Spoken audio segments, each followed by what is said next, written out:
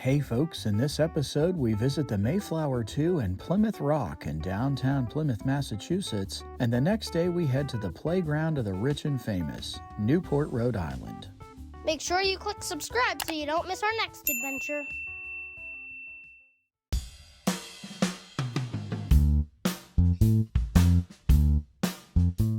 We went to downtown Plymouth after visiting Plymouth Colony, and we were starving.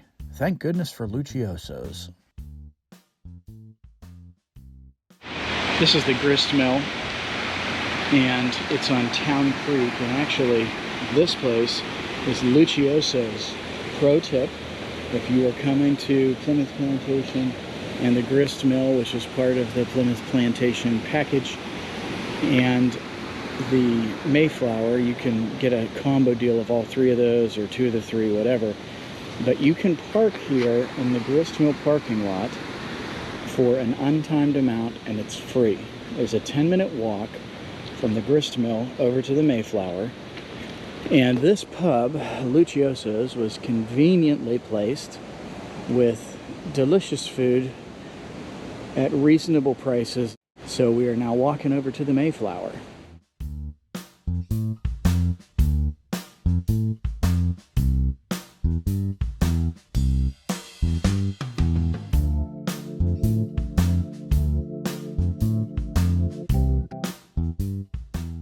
There's such a blend of old and new here. This street is Leyden Street, the original street depicted at the Plymouth Patuxet English Village.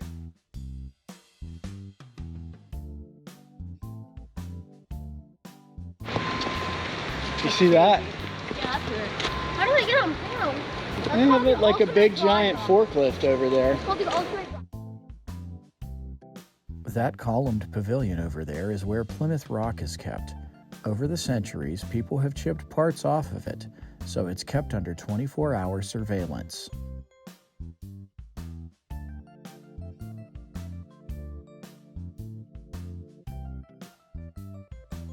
The Plymouth Patuxet Museums have a number of sites to visit: the English Village, Historic Patuxet, the Grist Mill, the Mayflower II, and the Craft Center.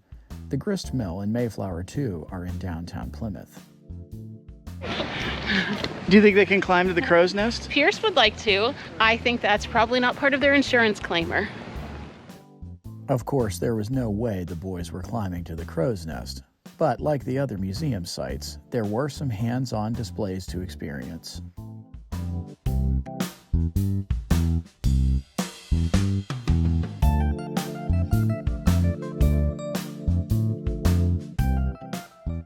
I do it one-handed.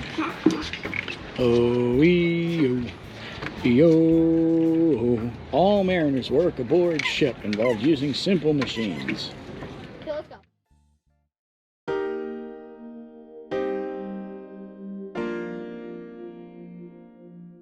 The Mayflower II is a historical replica of the original. It's striking how small it is. It's not very big.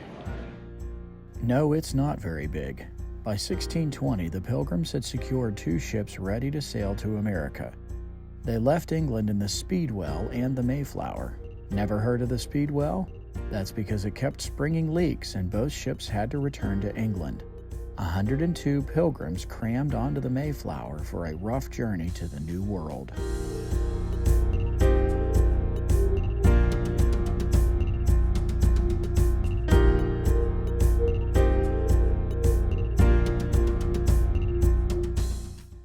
These windows are open now, but during the voyage they would have been sealed shut with wax. Can you even imagine?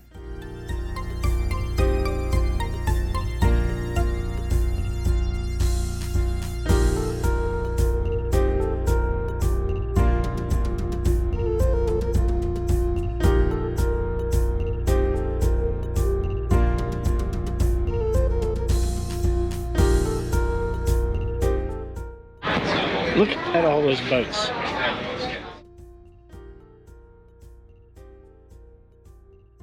A staff member explained how to use your arms and legs to move around the ship while at sea. Have you ever been out on the ocean yet? Yeah, and what have you learned? We're bipeds, right? When we're on the water, we become quadrupeds. If you didn't catch that, he's talking about how on a ship we turn into quadrupeds.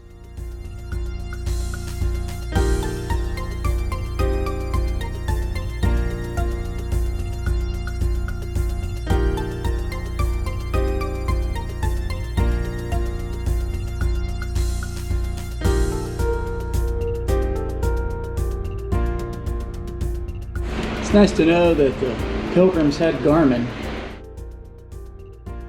The Mayflower II was built in England in the 1950s and sailed from Plymouth, England to Plymouth, Massachusetts in 1957. The ship has sailed periodically since then, hence the GPS system.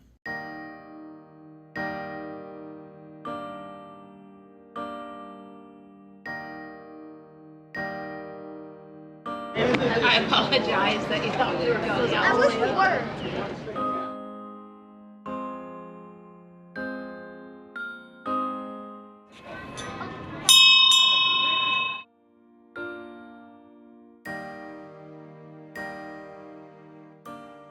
On to Plymouth Rock, arguably one of the most iconic touchstones of American history, and surprisingly small. Okay, here we are at Plymouth Rock. It's surprising that this is what's left of it. We learned earlier today that people used to come and chip off of it. Like Washington's cherry tree, Plymouth Rock is more legend than history. It wasn't until 121 years after the Pilgrims landed that anyone claimed it was significant. Trying to get on this free ride thing, because who doesn't like a free ride? Circuit is a free ride service that took us on a little tour of Plymouth on the way back to the grist mill. One of the stops was the National Monument to the Forefathers. Okay, so we saw an ad for something called Circuit. You know, download the app, sign up, yada, yada, yada. You get free rides around town. So we tried it, signed up, and they put your thing in. Here's where we are, here's where we go. Guy was there in a minute. He said, hey, by the way, why don't we drive past the National Monument to the Forefathers, erected by a grateful people, in remembrance of their labors, sacrifices, and suffering for the cause of civil and religious society. So, thanks for the tip, Richard.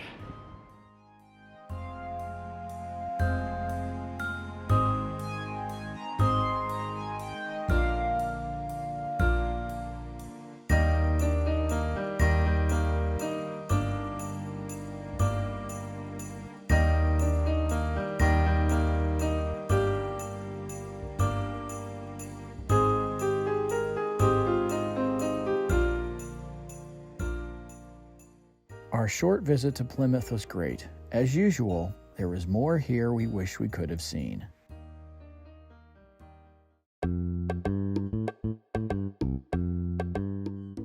Newport, Rhode Island, playground of New York City's wealthy elite.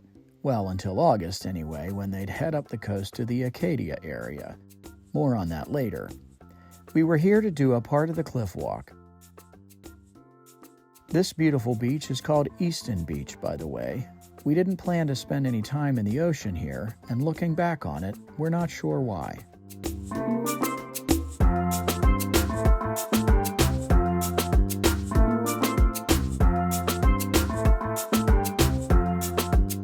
The Cliff Walk is a trail that highlights some of the mansions of Newport. Mrs. DaubSquad and I visited a few of these on our honeymoon 20 years earlier. The Chanler. Very nice. Now a high-end hotel, the Chanler was the summer residence of Congressman Chanler of New York.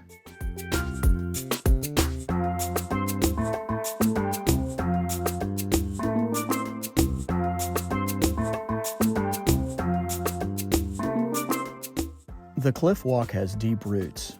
The original charter given to Rhode Island from King Charles II guaranteed colonists the right to fish from the shoreline. This access is also guaranteed in the state constitution.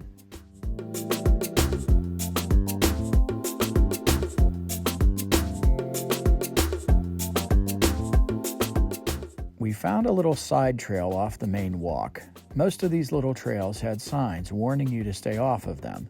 With that being said, you should definitely follow posted instructions. I think he's just used to tourists. Here comes another pool card.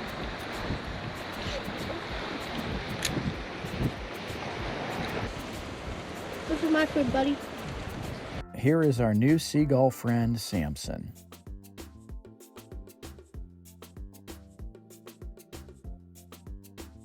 We've learned that packing a picnic lunch can save a lot of money, and we love to have a picnic in unexpected places.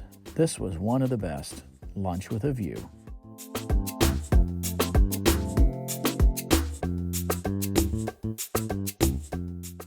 Tide's coming in.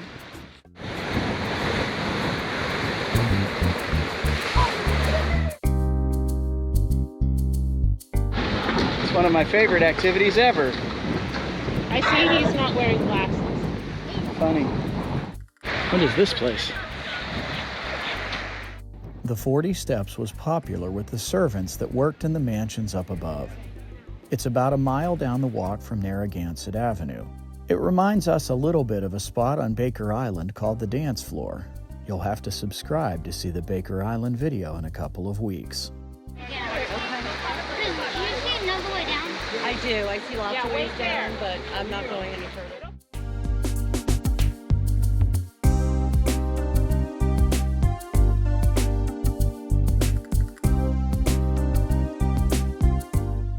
Ochre Court was commissioned by New York businessman Ogden Goelet in 1892. It cost $4.5 million to build. That's over $150 million in today's money. It now belongs to Salve Regina University. McAuley Hall once belonged to tobacco heiress Catherine Lorillard Wolfe.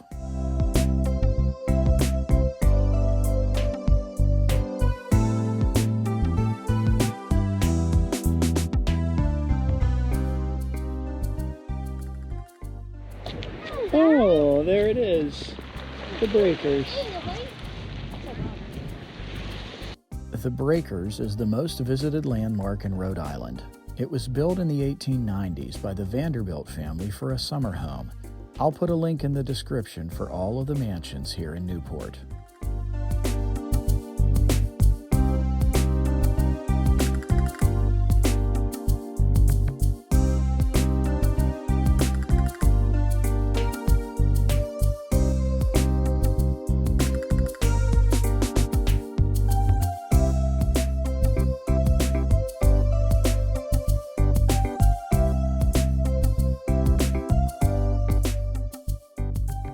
Living in the country, we rarely get to ride public transit. This might have been the boys' first time.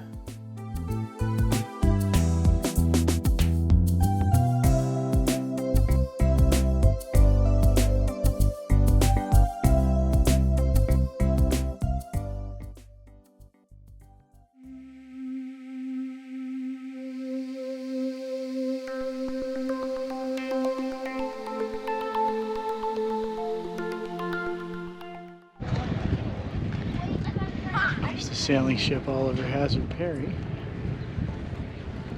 Nope. I made it. Here's some kids playing No, leapfrog. you were like this. Fort Adams State Park is the home of the famed Newport Jazz Festival.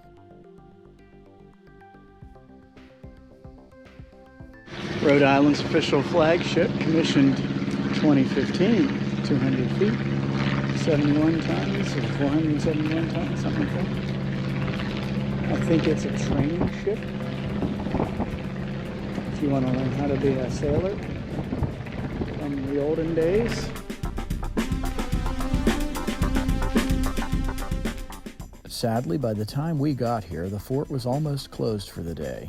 We did get to find a geocache, though. Thanks for watching. In our next video, we make the journey to Acadia National Park in Maine and visit Cadillac Mountain at sunset and sunrise. Please remember to subscribe to our channel, like and share this video, and comment below.